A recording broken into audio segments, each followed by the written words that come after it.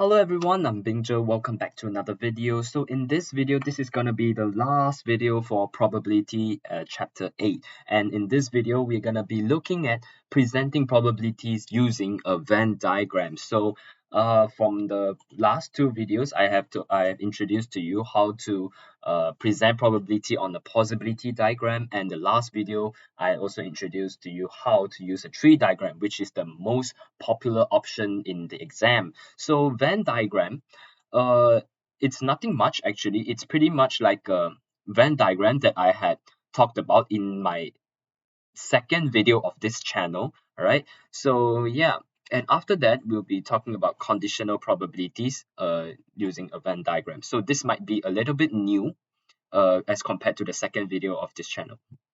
All right, so yeah, I have taken the example from that video. So if you haven't watched that video and you don't know how to construct a Venn diagram, I will recommend you to go back to that video. So yeah, a Venn diagram. All right, so usually the question will just give you an information for you to construct a Venn diagram. All right, so just as this example here that I had showed you last time in that video. So survey collect response of 100 students and all this information given. So maybe for Venn diagram, this constructing the Venn diagram will be the most mark awarded. Yeah, the maybe out of the 7 or 8 marks of this question, this will take 4 to 5 marks. All right, so it's very important that you know how to construct a Venn diagram. Right, so once more, if you don't know how to construct a Venn diagram, all right, or you can actually try if you haven't watched my video. If you can answer this question, all right, and get this same diagram right here, okay, then you can save your time to not go back to watch that video. If not, you better watch that video and make sure that you know how to construct a Venn diagram. All right, so after you have constructed a Venn diagram, the question can ask you in a lot of different kinds of question. All right, so the question may ask you, let's say uh question 1, what is the probability of a student uh, chosen at random, all right, plays badminton, all right?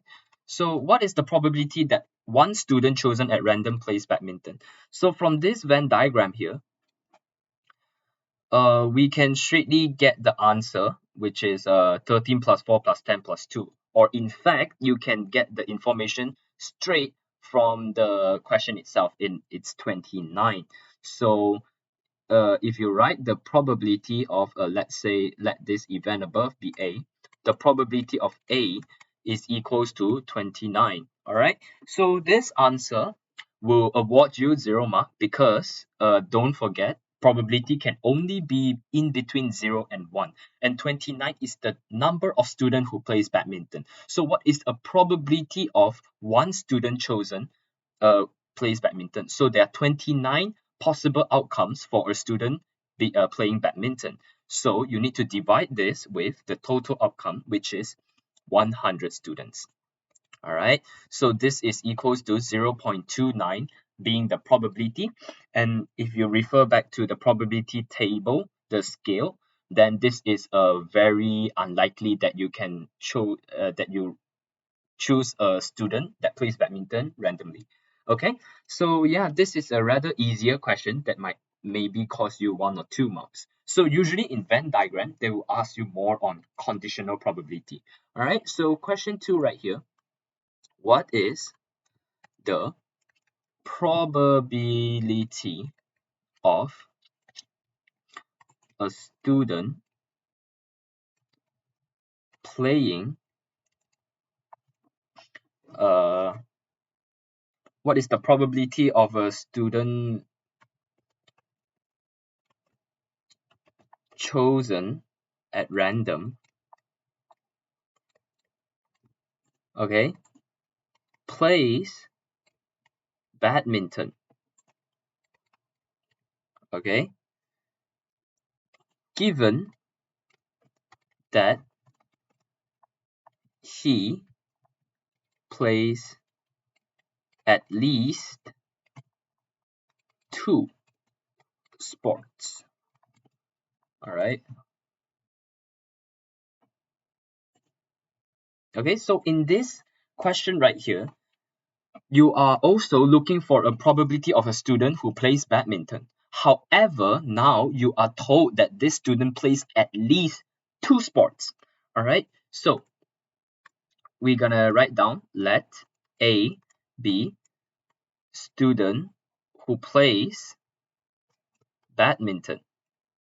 Okay, and B be student who plays at least 2 sports.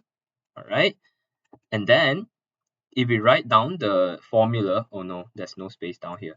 The probability of A given B, all right, we are always looking for the probability of a student who plays badminton, given that the student plays at least 2 sports, all right, will be equals to the probability of A and B divided by probability of B. Okay, so with this, A and B means the student plays badminton and plays at least 2 sports. All right. And this probability right here can be converted into the number of students who plays badminton and at least 2 sports divided by the number of students who plays at least 2 sports. All right. So this is a little bit of a new thing here. I will highlight this. Okay. All right, so the probability of A and B divided by probability B is the probability of A given B. And it goes the same to the number of A and B divided by number of B. Okay, so I'm going to write the answer in the next page. So since from the previous page, we found that, okay, P A given B is equals to N, all right, number of A and B divided by number of B. So what is the number of A and B? So we can separate them out. Number of A and B, all right, are the students who play 2 sports, who plays at least 2 sports and play badminton. All right, so badminton is B, so plays badminton.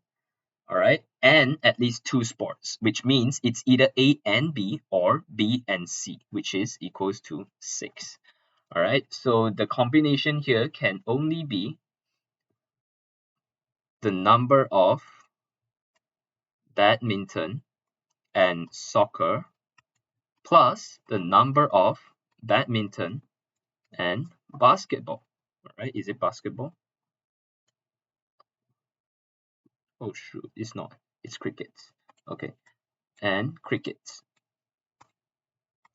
Okay, so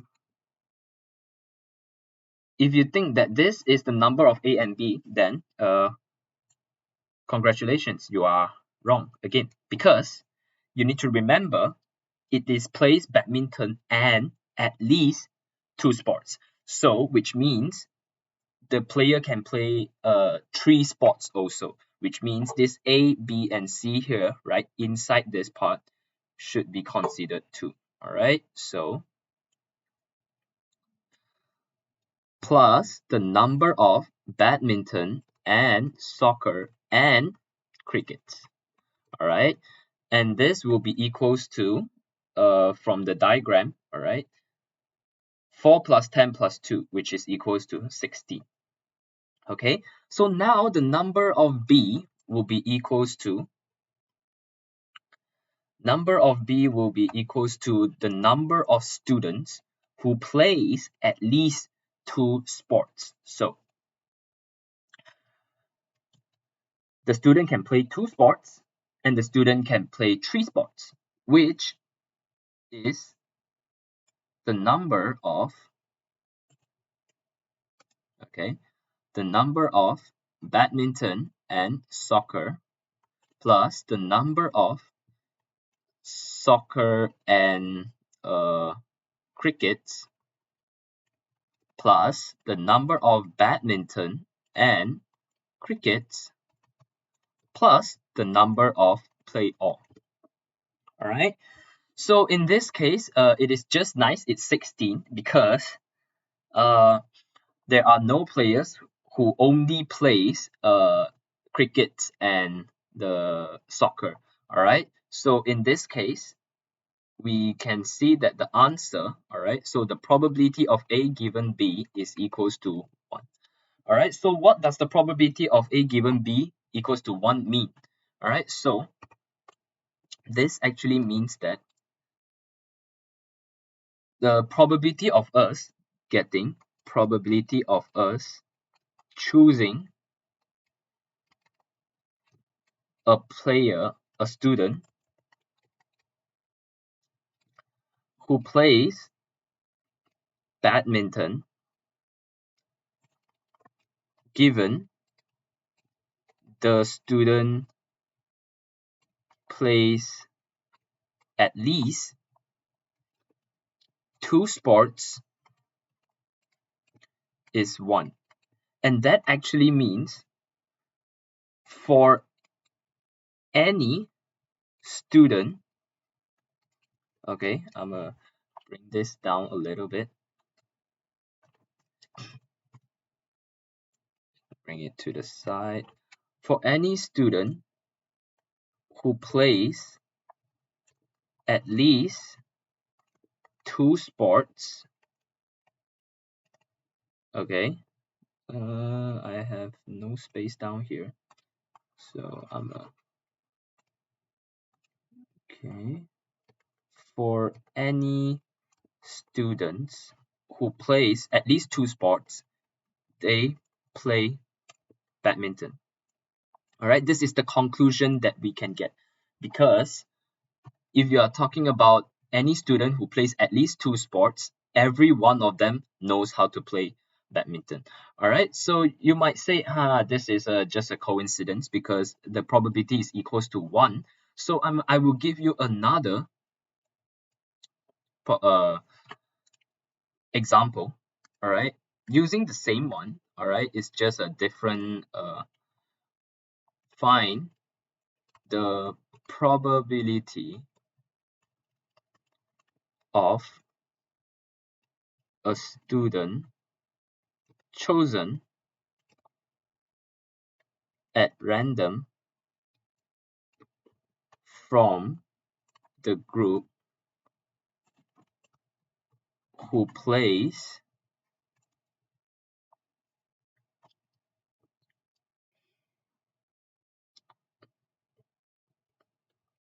only 2 sports, also plays soccer. All right, so this is a different kind of worded question. Okay, so first thing, we're still gonna name the conditions. All right, let A be student, okay, who plays soccer. All right, and B is student who only plays 2 sports. All right, so what is the given condition in this situation right here? All right, so the probability of a student chosen at random from the group who plays only 2 sports. So we know that now we are only choosing from the group that only plays 2 sports. Okay, so now the condition given is the group who only plays 2 sports. So same thing, we are also doing probability of A given B, because it's given that we are choosing from the students who only plays 2 sports. All right, and A is the student who plays soccer. All right, write down the formula. Okay, probability of A given B is equals to probability A and B divided by probability of B. Okay, so A and B is the student who plays soccer and only plays 2 sports. All right, will be equals to, all right, remember this probability can be converted into numbers for both the numerator and the denominator. So number of A and B will be equals to plays soccer and only plays 2 sports. All right, so it's equals to 4 plus 0. So this answer right here is equals to 4. And the number of B is student who only plays 2 sports. All right, who only plays 2 sports will be equals to the students in 4 and 2. All right, so it's 6. So the probability of A given B will be equals to 4 over 6, which is equals to 2/3 the probability of choosing. So for every 3 students that you choose, there are 2 of them who plays soccer. All right, so this is how you do the conditional probability using a Venn diagram. It is nothing hard, actually, given that you know this formula down here.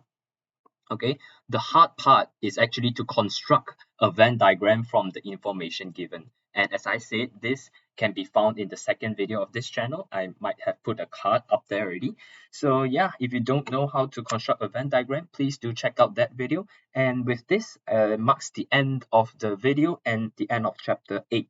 So in the next video, we are going to go into the last chapter for IGCSE Maths Extended, and it's going to be statistics, where you're going to draw graphs, look for the mean, and so on. So I'll see you guys next time. Hope you guys enjoy.